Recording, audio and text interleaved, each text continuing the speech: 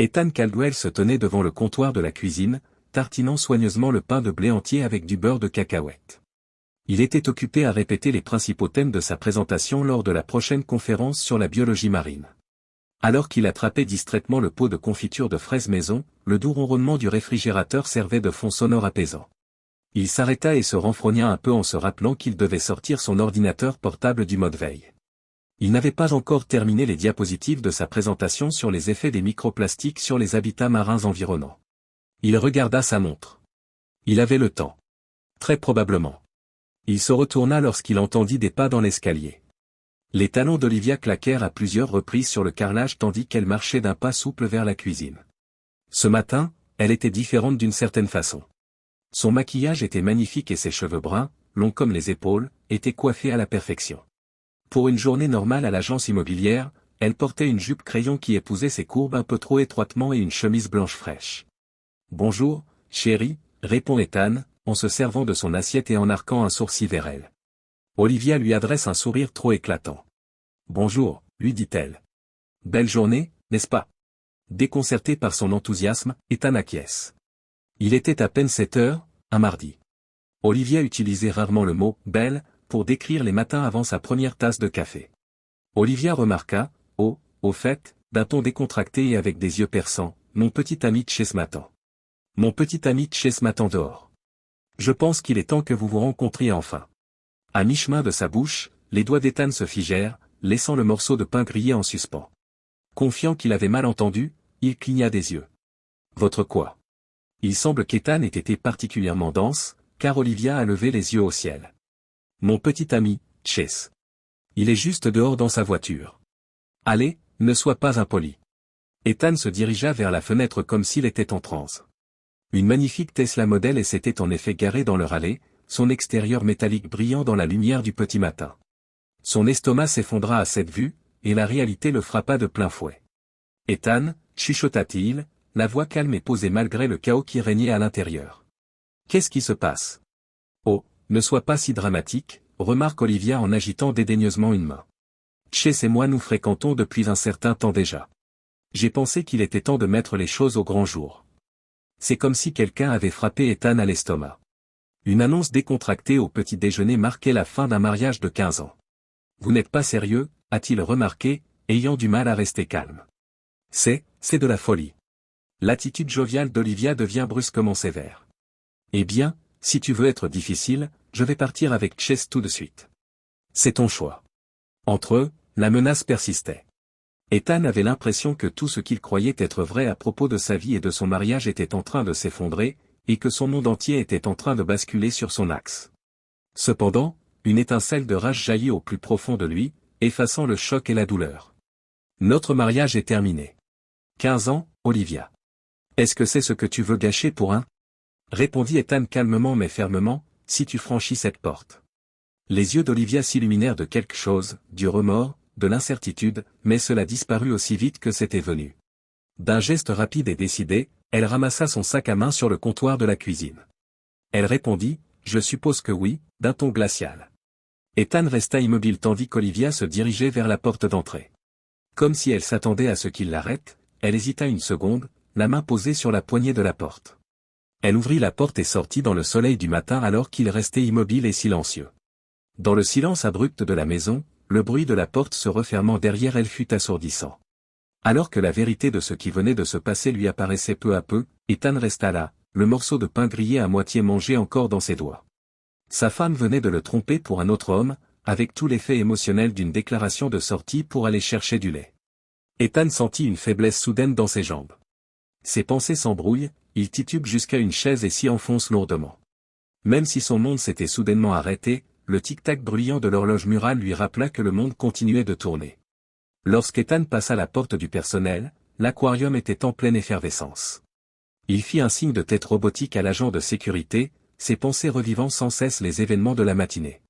Les couleurs vives des poissons étaient atténuées lorsqu'il passa devant l'exposition de poissons tropicaux, comme si toute la joie avait été retirée de la terre.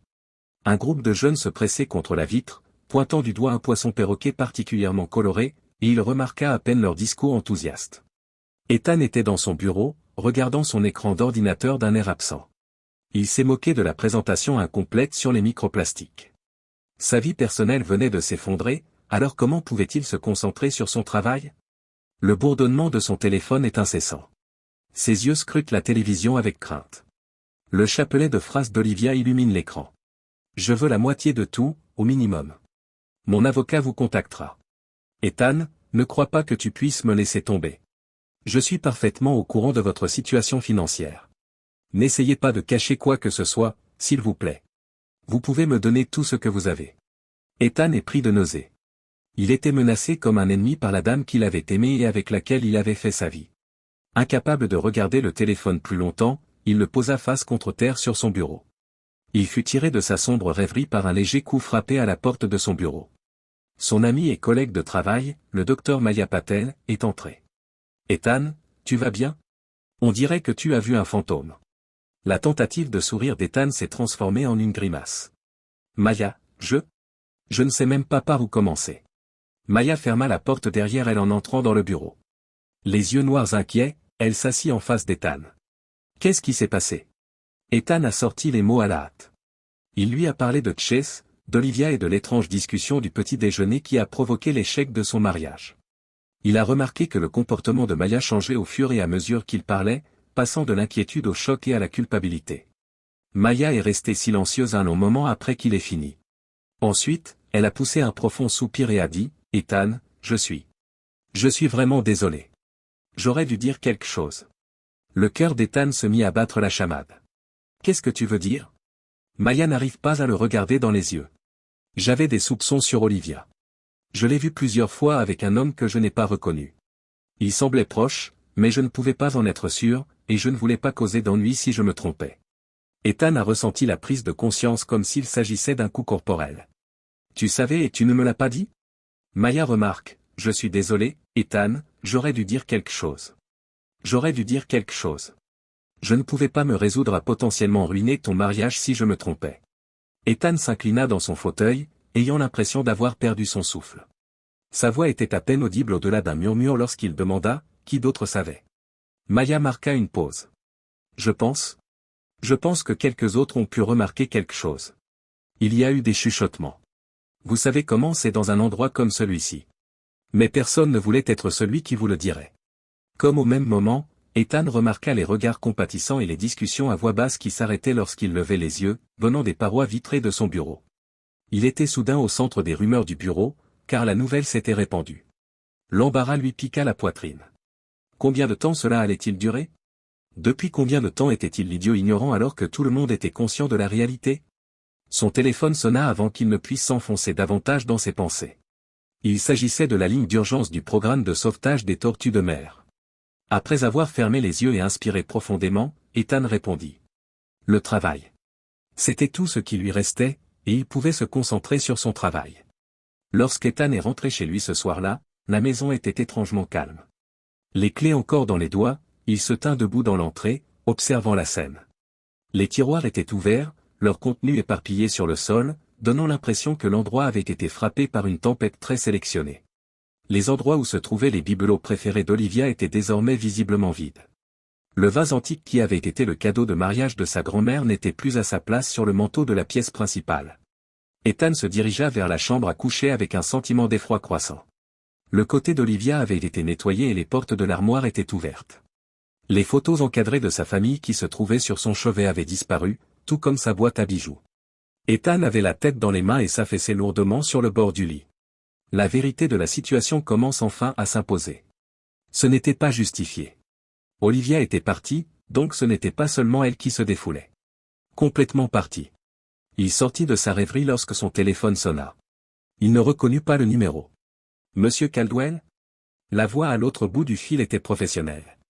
C'est Sandra, du service des fraudes de la Coastal Credit Union. Il y a une activité inhabituelle sur votre compte joint avec Olivia Caldwell.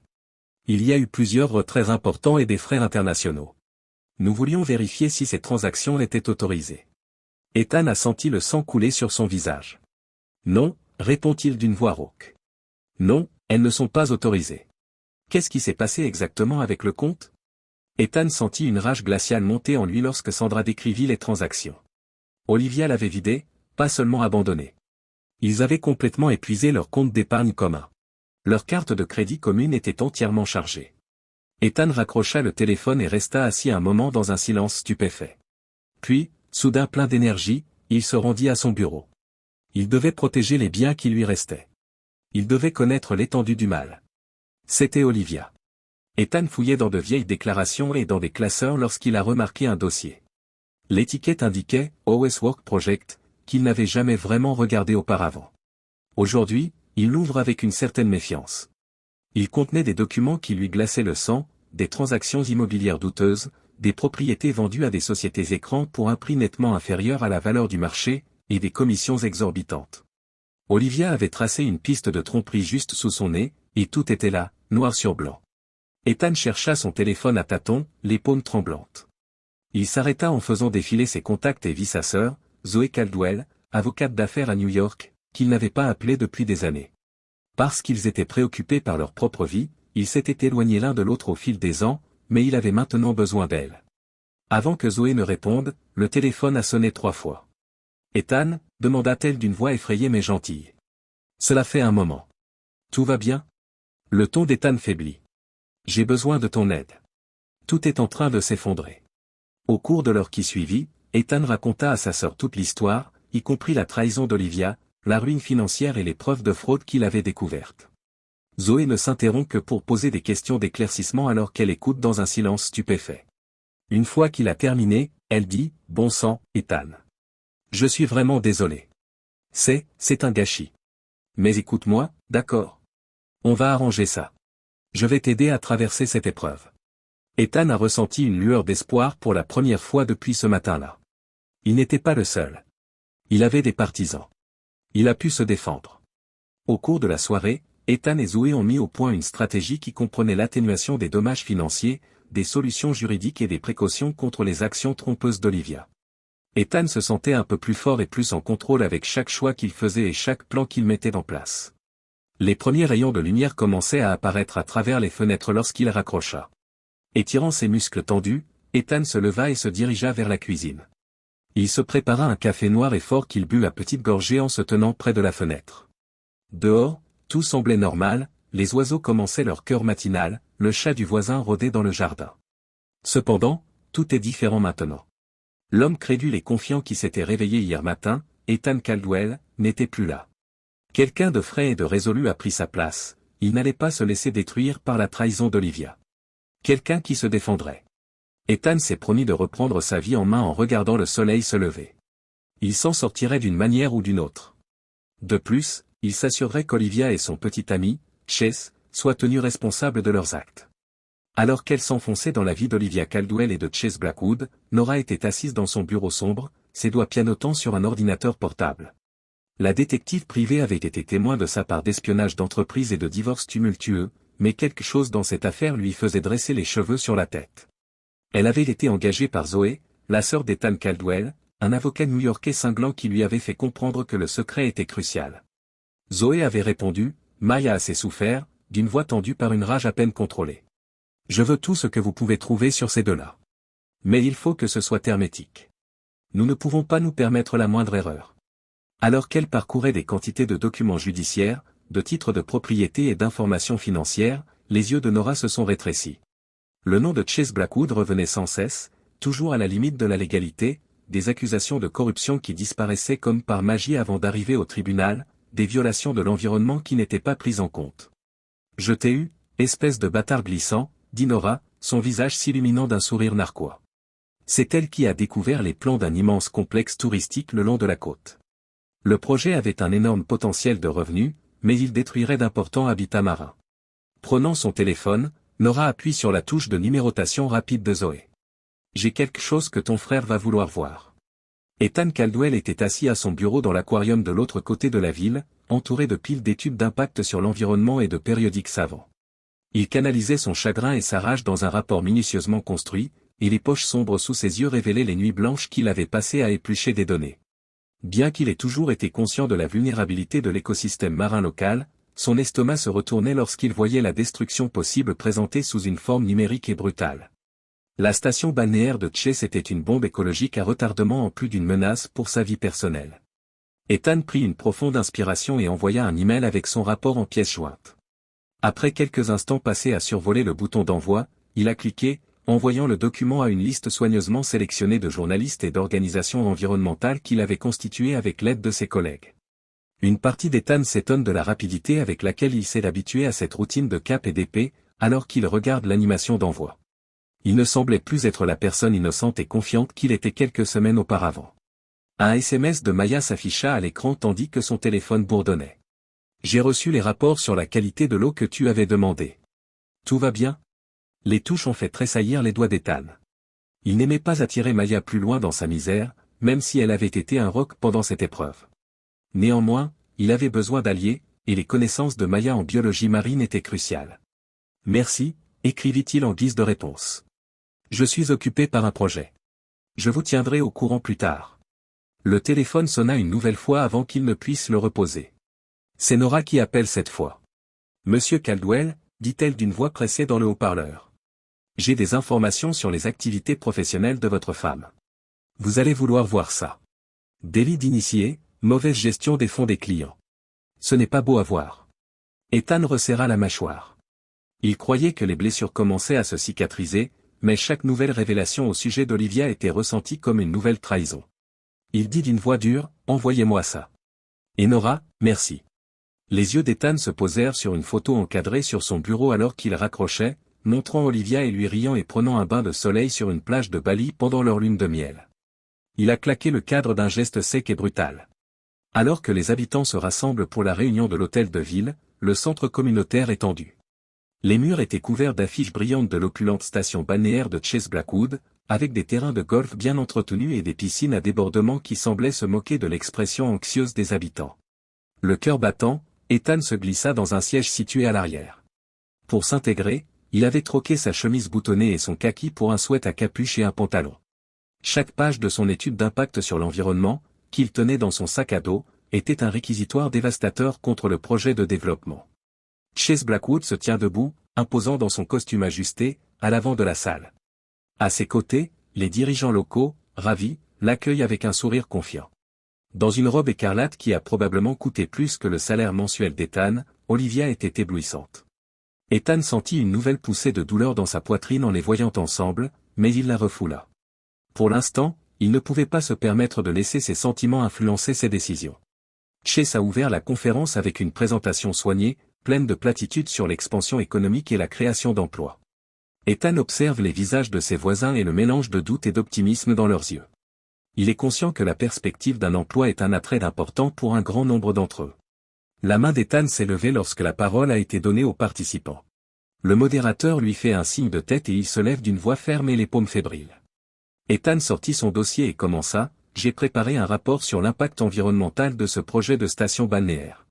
D'après mes conclusions, le projet causerait des dommages irréparables aux habitats marins locaux, ce qui pourrait entraîner l'extinction de plusieurs espèces en voie de disparition. » Un murmure retentit dans la foule. Le sourire de Chase vacille brièvement avant qu'il ne se reprenne rapidement et dise, « Je vous assure que nous avons mené une évaluation environnementale approfondie. » Ethan, lui, était prêt. Ses années d'études scientifiques transparaissaient dans chaque mot soigneusement choisi, tandis qu'il égrenait les citations et les chiffres. Il a vu les visages qui l'entouraient s'illuminer de compréhension à mesure qu'il parlait. Leur maison, leurs moyens de subsistance et leur mode de vie étaient en danger, et le mal que causerait cette station n'était pas qu'une simple idée théorique. Olivia avait pâli en reconnaissant la voix d'Ethan. Son regard était paniqué et passait de Chase à son ex-conjoint. Contrairement à l'étude approfondie d'Ethan, Chase avait du mal à rester calme et ses réfutations étaient de plus en plus agitées. Un débat furieux s'engagea dans la salle alors qu'Ethan terminait sa présentation spontanée. Les fenêtres ont attiré l'attention sur l'activité qui régnait à l'extérieur. Manifestement au courant du rassemblement, un groupe de militants écologistes s'était réuni avec des pancartes construites à la hâte pour dénoncer le centre de villégiature.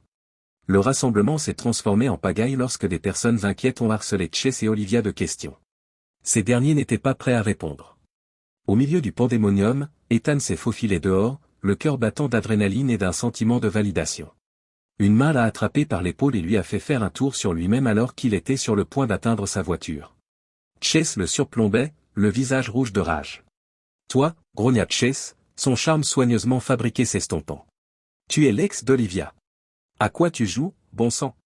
Conscient des caméras des smartphones qui s'étaient tournées vers eux, Ethan refusa de reculer. Je ne joue à rien, monsieur Blackwood. Je suis un citoyen concerné qui possède une expertise pertinente. Ou êtes-vous en train de suggérer que ma vie personnelle devrait m'empêcher de participer aux discussions de la communauté? Les jointures de Chase devinrent blanches et sa poigne se resserra. Ethan a brièvement cru que l'homme allait le frapper. Puis, soudain, Ethan fut ébranlé mais victorieux lorsque Chase le lâcha et s'éloigna précipitamment. Le téléphone d'Ethan s'est rempli de notifications alors qu'il rentrait chez lui. L'altercation était déjà en vogue sur les médias sociaux après que quelqu'un l'ait filmé. Les commentaires, qui décrivaient Chase comme une brute tentant de calmer un scientifique local inquiet, étaient largement en faveur d'Ethan. Le vent tourne et Ethan se laisse aller à un sourire sinistre.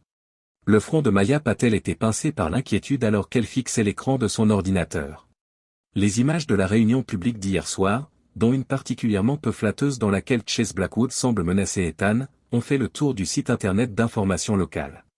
Lorsqu'Ethan est entré dans le laboratoire, l'air fatigué mais étrangement excité, elle a réduit la fenêtre du navigateur. Elle dit, tout un spectacle hier soir, d'un ton neutre. Tu vas bien? Ethan acquiesce et soupire profondément en s'enfonçant dans sa chaise. Mieux que bien, en fait. L'histoire prend de l'ampleur. J'ai déjà reçu des appels de 2 chaînes d'information nationales qui veulent m'interviewer sur l'impact environnemental du centre de villégiature. Maya se mordilla la lèvre, réfléchissant à ce qu'elle allait dire. Ethan, je m'inquiète pour toi. Cette vendetta contre Chase et Olivia te consume. Es-tu sûr qu'il s'agit seulement de protéger l'environnement? Un mélange de douleur et de rage s'allume dans les yeux d'Ethan. Bien sûr qu'il s'agit de l'environnement. Tu as vu les données, Maya. Si ce centre de villégiature est construit, ce sera un désastre écologique. Je sais, murmure Maya en faisant un geste d'apaisement avec ses paumes. Et je suis d'accord avec toi. Mais tu dois admettre que l'angle personnel rend les choses plus compliquées. Le téléphone d'Ethan sonna avant qu'il ne puisse répondre. Son visage s'est durci lorsqu'il a regardé la télévision. Il dit, il faut que je prenne ça, et quitte le laboratoire. Maya le regarde partir, le cœur serré. Elle connaissait Ethan depuis des années et avait été témoin de son sang-froid et de sa force d'âme face à l'adversité personnelle et professionnelle. Cependant, il n'était pas comme les autres. Il avait soudain une dureté qu'il n'avait jamais eue auparavant. Après avoir évoqué la recherche sur laquelle ils étaient censés travailler, le programme de sauvetage des tortues de mer exigeait leur attention, elle retourna à son ordinateur. Oubliez les drames personnels. Pendant ce temps, Olivia était assise dans son bureau à l'autre bout de la ville, fixant l'écran de son ordinateur sans expression. Elle recevait une tonne de courriels de clients inquiets, et chacun d'entre eux était comme le dernier clou dans le cercueil de sa carrière. La porte de son bureau s'est ouverte et elle a sursauté. Son assistante parle rapidement, comme si elle était paniquée. Madame Caldwell, le comité d'éthique est là. Ils veulent vous parler immédiatement. Le visage d'Olivia commença à perdre du sang. Qu'est-ce que c'est? Pourquoi?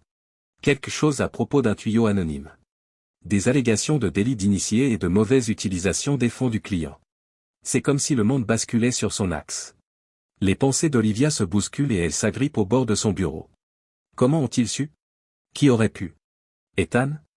Ethan devait être le bon. Olivia sentit la façade méticuleusement élaborée de sa vie commencer à s'effondrer lorsque les membres du comité d'éthique entrèrent dans son bureau, le visage sombre. Chase Blackwood faisait les 100 pas dans son luxueux bureau à l'autre bout de la ville, le téléphone collé à l'oreille. Il grogne, comment ça, tu ne peux pas obtenir les autorisations? Il a passé une main dans ses cheveux soigneusement peignés et a claqué le téléphone en disant, je me fiche de ce que ça coûte, faites-le. Le projet de station balnéaire était en train d'échouer, et les mauvaises nouvelles effrayaient les investisseurs. Olivia. Chase regarda son téléphone, au cours de la dernière heure, il avait manqué 3 appels d'Olivia. Comme il le faisait depuis des jours, il choisit de les ignorer. Chase Blackwood n'avait pas de passif, et elle était en train d'en devenir un. Bien après que la majorité de ses collègues soient rentrés chez eux, Ethan retourna à l'aquarium alors que le soleil commençait à descendre sur la ville. Il regarda les élégantes créatures glisser sur l'eau alors qu'il se tenait devant l'énorme réservoir qui contenait des tortues de mer sauvées. Monsieur Caldwell. Ethan se retourna et vit le docteur Harrington, le directeur de l'aquarium, qui s'avançait vers eux d'un air inquiet. Ethan se redresse et demande, « Tout va bien, docteur ?» Avec un soupir, l'expression habituellement sévère du docteur Harrington s'adoucit un peu. « Ethan, il faut qu'on parle. Votre travail ces derniers temps a été exemplaire, comme toujours, mais je suis préoccupé par le temps que vous consacrez à cette campagne contre la station balnéaire de Blackwood. » Ethan s'apprête à objecter lorsque le docteur Harrington lève la main. Je comprends les préoccupations environnementales. Croyez-moi, je les comprends. Mais il faut faire attention à ne pas mélanger les vendettas personnels avec les responsabilités professionnelles. L'aquarium peut être perçu comme prenant parti dans ce qui est en train de devenir un combat très public et désagréable. Ethan savait que sa mère n'avait pas tort, mais la réprimande n'en était pas moins douloureuse. En utilisant son emploi à l'aquarium pour soutenir sa campagne contre Chase et Olivia, il avait fait preuve de prudence. Finalement, il a dit, « Je comprends. Je ferai plus attention à la séparation à l'avenir. » Le docteur Harrington fit un signe de tête apparemment satisfait. Elle s'arrêta en se retournant pour partir. « Pour ce que ça vaut, Ethan, je suis désolé de ce qui s'est passé avec Olivia. Tu mérites mieux. » Ethan sentit les conséquences de ses actes peser lourdement sur lui alors qu'il se retrouvait seul avec les tortues de mer. Il sortit son téléphone et composa un numéro qu'il connaissait. « Zoé, c'est moi. Je crois que j'ai besoin d'un conseil. » Derrière lui, les tortues de mer reprennent leur danse élégante et continuent tandis qu'Ethan confie ses incertitudes et ses angoisses à sa sœur. Ethan trouvait une forme particulière de réconfort dans leur puissance silencieuse, dans leur capacité à traverser de grandes mers et à toujours retrouver le chemin de la maison. La route à suivre n'était pas claire et pleine de dangers éthiques et juridiques. Cependant, Ethan était déterminé à s'y tenir, à se battre pour atteindre des rivages plus calmes à travers les eaux agitées, tout comme les tortues. L'atmosphère du bureau de Zoé Caldwell ressemble à celle d'une salle de combat. Des piles de relevés bancaires offshore, de titres de propriété et de rapports financiers jonchent son bureau en acajou poli. Ni Zoé ni son frère Ethan ne regardent l'horizon scintillant de New York à travers les fenêtres allant du sol au plafond. « Tu es sûr de toi ?» dit Ethan d'une voix grave et concentrée. Ce matin-là, il était venu en avion de la côte, ses nuits blanches se traduisant par des cernes noires sous ses yeux. Zoé ouvrit une nouvelle page et acquiesça, ses doigts glissant sur le clavier. L'empire entier de Chase Blackwood est bâti sur le sable. Regarde ici. Elle fit pivoter l'écran dans la direction d'Ethan. Des sociétés écrans dans d'autres sociétés écrans, qui font transiter l'argent par un labyrinthe de comptes offshore. C'est du blanchiment d'argent classique. Et votre femme est en plein dedans. À la mention d'Olivia, Ethan grimace. Des mois après sa trahison, la blessure semblait encore fraîche. Ex-femme, corrige-t-il rapidement. Pendant une seconde, le visage de Zoé s'est adouci. De nouveau très professionnelle, elle se racle la gorge et dit, « C'est vrai, désolé. La question est de savoir ce que l'on fait de cette information. » Ethan resserra la mâchoire. « Nous les abattons. Tous. » Zoé entrevit brièvement quelque chose de dangereux dans les yeux de son frère. Elle n'avait jamais vu ce regard auparavant. Pas chez les gentils biologistes marins qu'elle avait connus dans son enfance. Ce n'est pas la première fois qu'elle se demande si elle a eu raison de l'aider dans sa quête de vengeance. Mais il était trop tard pour changer d'avis. Ils étaient allés trop loin. Zoé prend son téléphone et dit, « J'ai contacté le FBI. Nous devons faire attention à la manière dont nous présentons les choses. Il faut que tout soit transparent, sinon ça pourrait se retourner contre nous. » Ethan regarda la ville en contrebas, comme s'il était en train de passer ses appels. Chase et Olivia se félicitaient sans doute d'avoir réussi à le manipuler habilement alors qu'ils étaient en train de vivre leur vie. Son sang se mit à bouillir à cette idée. Un appelant inconnu lui a envoyé un texto, « Nous devons parler, s'il vous plaît », alors que son téléphone bourdonnait dans sa poche. Alors que le doigt d'Ethan s'attardait sur le bouton d'effacement, une stratégie a commencé à prendre forme dans sa tête. Il l'a interrompu et a ajouté, « Zoé. Je crois avoir compris comment nous pouvons obtenir la dernière preuve dont nous avons besoin. » Olivia Caldwell fixait son téléphone dans un bureau moins impressionnant à l'autre bout de la ville. Ethan ne répond pas. Elle regarda autour de la pièce faiblement éclairée, luttant contre un sentiment de terreur. Elle avait été forcée de travailler à partir de cet endroit. Ses avoirs avaient été gelés et sa licence immobilière suspendue le temps de l'enquête. Chase ne répondait pas à ses appels. Elle était effrayée, seule et désespérée. Elle composa à nouveau le numéro de téléphone d'Ethan, les mains tremblantes. Cette fois, il décrocha. « Ethan, a-t-elle expiré, ressentant une vague de réconfort. Je suis reconnaissante à Dieu. S'il te plaît, il faut qu'on parle. » L'autre bout de la ligne marqua une longue pause avant que la voix calme et posée d'Ethan ne dise « D'accord, Olivia, parlons. » Ils ont décidé de se retrouver dans un café paisible à l'extérieur de la ville. Olivia eut une lueur d'espoir en raccrochant. Elle pourrait peut-être sauver quelque chose de cette catastrophe. Elle ignorait qu'Ethan l'avait préparé à l'échec. Quand Ethan est arrivé, le café était presque désert. Il se positionna de manière à voir la porte de la cabine qu'il avait choisie au fond.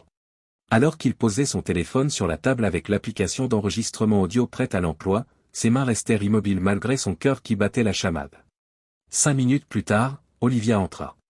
La gorge d'Ethan se resserrait à chaque respiration. D'une certaine manière, elle semblait avoir rétréci. Un jean et un chemisier basique avaient remplacé les vêtements de luxe et la coiffure impeccable. Elle avait une expression obsédante dans les yeux et des plis sur le visage dont il ne se souvenait pas. Ethan éprouva brièvement de la sympathie avant de se rappeler le jour où elle l'avait abandonné et la brutalité insouciante avec laquelle elle avait ruiné leur relation. Il devient plus déterminé. Olivia s'est glissée dans la cabine en face de lui et a dit « Ethan. J'apprécie que vous me rencontriez. Je n'avais nulle part où aller. » Ethan garde une expression neutre. « Olivia, que voulez-vous » Elle commença par un récit de trahison et de remords, détaillant comment Chase avait profité d'elle et comment elle s'était trop impliquée dans les transactions immobilières. Ses yeux étaient humides lorsqu'elle parlait de la perte d'Ethan et qu'elle voulait arranger les choses. Pendant que son téléphone enregistrait toutes les conversations, Ethan écoutait, hochant la tête lorsque c'était nécessaire et faisant des commentaires empathiques. La voix d'Olivia était basse et anxieuse lorsqu'elle a dit « Et les comptes offshore ?» Je le savais, mais Chase a dit que c'était juste de l'optimisation fiscale. J'étais consciente que c'était mal. J'aurais dû le dire, j'aurais dû l'empêcher. Mais, Ethan, j'avais peur. Je ne savais pas quoi faire. Et maintenant, demanda Ethan d'un ton délibérément fade. Olivia lui saisit la main et la tendit de l'autre côté de la table. Ethan résiste au besoin de s'éloigner. Je veux mettre les choses au clair maintenant. Aide-moi, Ethan, s'il te plaît. Nous pourrions recommencer. Se remettre ensemble. Je t'adore toujours. Les oreilles d'Ethan résonnèrent soudain en creux des mots qu'il avait autrefois désiré entendre. Il avait été amoureux de la femme en face de lui pendant 15 ans, mais il ne ressentait rien lorsqu'il la regardait. Pas de haine, pas d'amour, pas de rage, juste un vide profond. Il se lève et dit, je vais y réfléchir. J'ai besoin de temps. Un fardeau a été enlevé des épaules d'Ethan alors qu'il quittait le café, laissant dans son sillage une Olivia au cœur brisé. Il avait maintenant la dernière pièce du puzzle, ce dont il avait besoin. Il fallait en finir. Les agents du FBI ont pris d'assaut l'entrée principale du manoir de Chase Blackwood, brisant le silence de l'aube avec le bruit du bois qui éclate. À l'intérieur, c'est le chaos. Les agents se sont engouffrés dans les pièces, s'emparant des dossiers, des ordinateurs et de tout ce qui pouvait contenir des preuves de délits financiers. Chase, vêtu d'une robe de chambre monogrammée et d'un pyjama en coton et soie, assiste, incrédule, à l'effondrement de son monde bien planifié. C'est une erreur. Il a bombé le torse, il a fanfaronné. Savez-vous qui je suis? Qui suis-je? L'agent principal, une femme aux yeux d'acier et au caractère bien trempé, se contente d'arquer un sourcil. Nous savons exactement qui vous êtes, Blackwood. C'est la raison pour laquelle nous sommes ici. Le regard de Chase était fixé sur un visage familier de l'autre côté de la rue, alors qu'on l'emmenait menotté. Ethan Caldwell se tenait là, les mains dans les poches, l'air neutre. La compréhension apparut brièvement dans les yeux de Chase avant d'être rapidement remplacée par une colère impuissante. Les jurons étouffés de Chase s'estompèrent derrière Ethan qui se retourna et partit. De l'autre côté de la ville, l'appartement d'Olivia connaissait une situation similaire. La tête baissée et l'envie de se battre disparue, elle marcha tranquillement. Olivia a vu Maya Patel regarder fixement une voiture de police s'éloigner, son visage affichant un mélange de haine et de sympathie. Quand Ethan est arrivé à l'aquarium, il y avait beaucoup de bruit. Les employés se sont regroupés, chuchotant fébrilement. Il a été arrêté à la porte par le docteur Chin. D'un air solennel, elle le fait entrer dans son bureau et murmure, « Seigneur. Nous devons parler, Ethan. Nous avons été gravement touchés par les conséquences de l'arrestation de Blackwood. Une grande partie de notre financement était liée au projet de centre de villégiature. Il y aura des coupes budgétaires importantes. » Ethan a senti le sang couler sur son visage. Avait-il involontairement mis en danger l'aquarium et la vie marine qu'il protégeait dans sa quête de justice? Ce n'est pas tout, ajoute le docteur Chin, dont le ton s'est adouci. Le conseil d'administration doute de votre rôle en raison de votre implication personnelle dans cette affaire. Certains exigent que vous démissionniez. Ethan a été frappé par ces mots comme par un coup d'éclat. Sa passion et sa vie, c'était l'aquarium. Il était intolérable d'envisager de le perdre en plus de tout ce qu'il avait déjà perdu. Avant qu'il n'ait pu répondre, il y a eu du grabuge à l'extérieur. Quelques collègues d'Ethan étaient assis autour d'un ordinateur, regardant un reportage à l'écran, lorsqu'ils ont jeté un coup d'œil à l'extérieur. En criant par-dessus son épaule, Chase Blackwood était traînée à l'intérieur du palais de justice. C'est elle qui a tout inventé. C'était son idée. Caldwell, Olivia. Elle a tout planifié. Ici, je suis la victime. Ethan regardait, l'estomac retourné par un mélange de dégoût et de justification. Même s'il avait anticipé la tentative de Chase d'éviter de rendre des comptes, c'était tout de même surprenant d'en être témoin. Zoé lui envoya un nouveau texto, disant « Vérifie tes mails maintenant ». Son téléphone a sonné. Ethan remonta sa boîte de réception avec des doigts tremblants. Un courriel d'un expéditeur anonyme se trouvait dans son dossier spam. Un fichier audio, un enregistrement de sa conversation avec Olivia, y était joint. Ethan a regardé la télévision pendant un long moment. Il pouvait s'assurer qu'Olivia n'échapperait pas à la justice d'un simple clic. Il pouvait effacer ce qui restait de sa vie d'un simple clic. Il avait le doigt sur la souris lorsqu'il fut tiré de sa rêverie par un coup à la porte. Les joues de Maya rougirent d'enthousiasme lorsqu'elle répondit « Ethan, tu dois voir ça ». Une foule s'était rassemblée dans l'atrium principal, où elle l'emmena. Une banderole intitulée « Save Our Seas, Emergency Fundraising for Coastal Marine Conservation, Sauver nos mers, collecte de fonds d'urgence pour la conservation du milieu marin côtier » était suspendue au-dessus de l'entrée, et des équipes de journalistes locaux étaient en train de poser leurs caméras. À son coude, le Dr Chin est apparu. Il semble que la nouvelle de notre crise financière se soit répandue, a-t-elle remarqué. Le quartier s'est mobilisé. Ethan, l'homme qui a découvert la corruption et préservé notre habitat côtier, est acclamé comme un héros. Alors que les journalistes crient son nom et que les caméras tournent, Ethan se tient là, accablé. Une étrange déconnexion l'a frappé. Lorsqu'il a entamé sa quête de vengeance, ce n'est pas ainsi qu'il avait envisagé les choses. Après avoir remarqué l'admiration et l'espoir sur les visages de ses collègues, il a pensé à Olivia, à Chase et aux vies qu'il avait contribué à ruiner. Ethan prend conscience qu'il est à un tournant de sa vie. Il avait deux options, accepter ce nouveau rôle, utiliser son pouvoir pour le bien, ou exercer la vengeance ultime et s'assurer qu'Olivia paye le prix fort pour sa trahison. Il est conscient que cette décision déterminera non seulement son avenir, mais aussi l'homme qu'il deviendra. Chase Blackwood est entouré par l'agitation du terminal international de l'aéroport de Logan. Les voyageurs crient dans leur téléphone et traînent leurs valises en se dépêchant de faire des allers-retours. Un sac de voyage en bandoulière et une casquette de baseball rabattue sur les yeux, Chase se ferait un chemin dans la confusion. Il sent la liberté toute proche. Sur le tarmac, un avion privé l'attendait pour l'emmener dans un pays qui n'exige pas d'extradition. Il lui suffisait de passer le contrôle de sécurité. À mesure que Chase se rapprochait du poste de contrôle, il se laissa aller à un petit sourire. Il s'était préparé à cette éventualité. Même le gouvernement fédéral n'était pas au courant de sa fortune. Ethan Caldwell et tous ceux qui l'avaient trahi en paieraient le prix lorsqu'il se reconstruirait et reviendrait plus fort qu'avant.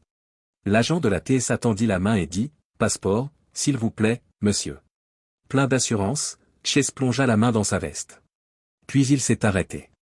Il n'y avait rien à l'endroit où son passeport aurait dû se trouver. L'agent fronce les sourcils et demande. Chase se tapote rapidement alors que la panique lui monte à la gorge. Pas de passeport. Pas de billets. Ils avaient disparu. Il sentit une main se poser sur son épaule. Une voix dure dit, Charles Blackwood. FBI. En raison d'une tentative de poursuite, vous êtes actuellement en garde à vue. Le regard de Chase parcourut frénétiquement le terminal tandis que les entraves se mettaient en place. Il l'observe. Norjean, le détective privé, l'a salué d'un geste approbateur dans une boutique de souvenirs, puis a disparu dans la foule. Olivia était assise, la tête entre les mains, dans une petite salle d'interrogatoire vide à l'autre bout de la ville. Nerveusement, son avocat, un défenseur public commis d'office qui semblait tout juste sorti de l'école de droit, mélangeait les dossiers. « Madame Caldwell, j'ai examiné les preuves qui pèsent contre vous. Elles sont substantielles. L'accusation propose un accord de plaidoyer, mais cela signifierait toujours une peine de prison importante. » Olivia l'a à peine entendu. Ses pensées se bousculaient, cherchant une solution pour échapper à ce cauchemar. Il devait y avoir un moyen de tourner la situation, un angle d'attaque. Un visage familier entra par la porte ouverte, Ethan. Le cœur d'Olivia bondit, mais son espoir s'évanouit lorsqu'elle remarqua la détermination glacée dans ses yeux. Elle dit d'une voix fluette, « Qu'est-ce que tu fais ici ?» Ethan s'assit en face d'elle et posa une enveloppe sur la table entre eux. Les mots, « Je te laisse le choix, Olivia » étaient prononcés sans embâche. Il déplaça l'enveloppe dans sa direction. Olivia l'ouvrit d'une main tremblante et poussa un soupir. Sous les papiers du divorce, qu'Ethan avait déjà signé, se trouvait une clé USB contenant l'enregistrement de leur discussion au café. D'une voix monocorde, Ethan déclare, « Tu avoues tout, Olivia. Ton implication dans le blanchiment d'argent, les délits d'initié, tout. Le visage d'Olivia commence à se vider de son sang. Ethan, je t'en prie, j'étais désespéré. Je ne voulais pas. La voix d'Ethan a transpercé ses mots comme un rasoir et a dit, arrête.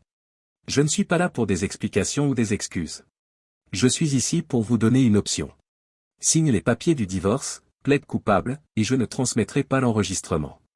Essayez de vous battre, essayez de manipuler votre sortie comme vous le faites toujours, et je m'assurerai que le juge entende chaque mot. Les yeux d'Olivia se remplissent de larmes en le regardant. Tu me ferais ça après tout ce qu'on a vécu? Le masque d'Ethan tomba brièvement. Elle a vu le conflit et la douleur dans ses yeux, mais la détermination a pris sa place. Tu t'es fait ça à toi-même, Olivia. Pour nous. Je m'assure simplement que justice soit faite. Il boutonna sa veste et se leva. Tu as jusqu'à demain pour décider. Choisis sagement. Un mélange complexe de sentiments, comprenant le soulagement, le chagrin et un soupçon de regret, tourbillonnait dans la poitrine d'Ethan alors qu'il laissait Olivia brisée derrière lui. Mais il se sentait surtout libéré. Zoé l'attend à l'extérieur du poste de police. Il lui dit simplement, c'est fait. Zoé regarde le visage de son frère et acquiesce. Tu vas bien? Ethan réfléchit à la question. Finalement, il répondit, ça va aller. Et maintenant? Zoé a souri avec une trace de malice dans les yeux et a dit, maintenant, nous faisons quelque chose de positif de tout ce gâchis. Les semaines qui ont suivi ont passé très vite. Le fait d'être le dénonciateur qui a révélé les malversations d'une entreprise et préservé d'importants habitats marins a catapulté Ethan dans l'œil du public. Malgré les réticences d'Ethan, la collecte de fonds de l'aquarium a été un énorme succès. Il a été révélé qu'Olivia et Chase avaient accepté de plaider coupables. Ils allaient purger une peine, mais pas autant qu'Ethan pensait qu'ils le méritaient. À son grand étonnement, la nouvelle n'a pas eu l'impact profond qu'il avait anticipé. Il était prêt à partir. Par une fraîche matinée d'automne, Ethan se tenait sur la plage à côté de l'aquarium. Le ciel était peint en orange et rose vif alors que le soleil commençait à peine à pointer à l'horizon. Il aperçoit au loin les bouées indiquant les limites de la zone marine protégée récemment créée, conséquence directe de sa lutte contre le complexe de Chase. Une sensation de calme l'envahit tandis qu'il respire l'air salin. Même si l'année précédente avait été remplie de souffrances, de trahison et de représailles, Ethan ressentait de l'espoir pour la première fois depuis longtemps, alors qu'il se tenait ici et regardait un nouveau jour se lever. C'est beau, n'est-ce pas? Une voix se fit entendre derrière lui. Lorsqu'Ethan se retourne, il voit Maya s'approcher de lui en tenant 2 tasses de café. Après qu'elle lui en a donné une, ils ont regardé le lever du soleil dans une douce tranquillité. Au bout d'un moment, Maya remarqua, la nouvelle initiative de conservation prend vraiment son envol, nous avons reçu des demandes de programmes de biologie marine dans tout le pays. Ils veulent s'associer avec nous, envoyer des étudiants sur le terrain. Un petit sourire aux lèvres, Ethan acquiesce. C'est plus que ce que j'avais imaginé quand nous avons commencé. Le regard solennel, Maya se tourne vers lui. Tu as bien fait, Ethan. Malgré tout, tu as fait du bon travail. Ethan la regarda dans les yeux et y vit de l'affection et du respect. Pour la première fois depuis des mois, il ressentit dans sa poitrine une poussée d'émotion qui n'avait rien à voir avec de la rage ou des représailles. Nous avons fait du bon travail, dit-il doucement en guise de correction. Je n'aurais rien pu faire de tout cela sans vous tous. Ethan sentit les dernières traces de son ancienne existence, sa souffrance et son ressentiment, s'évaporer alors qu'il se tenait là, avec le soleil qui montait plus haut dans le ciel. Avec une résolution renouvelée dans son regard, il se tourna vers Maya. Il déclara, il y a quelque chose que je dois faire. 1 heure plus tard, Ethan s'est retrouvé face à un agent du FBI au caractère bien trempé, dans un bâtiment fédéral banal. Monsieur Caldwell, dit l'agent, nous avons reçu des informations intéressantes, des tuyaux anonymes, qui se sont avérés cruciales pour notre affaire contre Blackwood et votre ex-femme. Nous avons des raisons de croire qu'elles viennent de vous. Ethan acquiesça, la voix ferme mais le cœur battant. Oui, c'est exact. L'agent se pencha en avant. Nous aimerions vous offrir la possibilité de vous présenter officiellement. Votre témoignage pourrait être d'une valeur inestimable pour que justice soit faite. Ethan fait une pause. Il risquait de mettre en péril la nouvelle vie qu'il était en train de se créer en rendant son témoignage public, ce qui l'exposerait à un examen minutieux. Cependant, il a compris ce qu'il devait faire après avoir considéré le mal que Chase et Olivia avaient causé non seulement à lui, mais aussi à l'environnement et à la société. Je le ferai, dit-il solennellement. Tout ce dont vous avez besoin. Les semaines suivantes ont été remplies de comparutions au tribunal, d'interviews et de dépositions. Le témoignage d'Ethan a attiré l'attention des médias, car il a mis en lumière les dommages causés à l'environnement et la cupidité des entreprises. Malgré tout, Il a trouvé la force dans des sources inattendues. Ses collègues de l'aquarium se sont rassemblés pour le soutenir, Maya était là quoi qu'il arrive, et même le Dr Chin, qui l'avait auparavant mis en garde contre l'association de rancune personnelle au travail, le considérait désormais avec une admiration renouvelée. Ethan s'est investi dans son nouveau projet de conservation marine alors que le procès touchait à sa fin. Né des cendres de l'ancienne station balnéaire de Chase, le projet visait à préserver et à réparer d'importants environnements côtiers. Un soir, alors qu'il travaille tard à l'aquarium, Ethan reçoit un invité inattendu. Il s'agissait de l'agent principal du FBI chargé de l'affaire. Elle a dit, « Monsieur Caldwell », et lui a tendu la main. « Je tenais à vous remercier personnellement pour votre coopération. Votre témoignage a permis d'obtenir des condamnations. » Ethan lui a serré la main tout en ressentant toute une gamme d'émotions.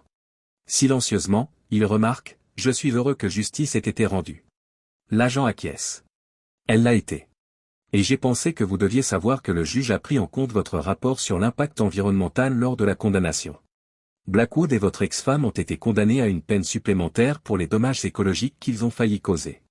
Ethan s'est adossé à sa chaise et a pris connaissance de la nouvelle tandis que l'agent s'éloignait. C'était fini. C'est vraiment, vraiment fini. Ethan était de retour sur la plage le lendemain matin, cette fois avec un groupe d'étudiants en biologie marine enthousiastes. Leur enthousiasme était contagieux et ils sont devenus les premiers à participer à son nouveau programme de conservation.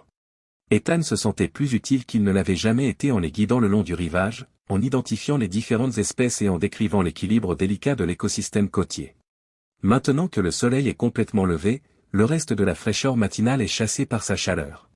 Ethan s'arrête et jette un coup d'œil sur la mer. Il distingue au loin un groupe de dauphins jouant dans les vagues, leurs nageoires brisant la surface. Son visage s'illumina d'un vrai sourire spontané. Cela faisait longtemps qu'Ethan Caldwell ne s'était pas senti aussi en paix. La rancune personnelle qui l'avait motivé pendant si longtemps s'était transformée en quelque chose de plus grand, quelque chose qui aurait un effet bénéfique et durable sur la planète. Ethan réalisa que ce moment, ce but, était ce qu'il recherchait depuis le début, alors qu'il se retournait vers ses camarades de classe, impatient de partager son expertise et son enthousiasme. La rédemption, pas les représailles. La création, pas la destruction. Même si le voyage avait été difficile et coûteux, Ethan n'aurait rien changé alors qu'il se trouvait au seuil d'un nouveau chapitre. Il était en route.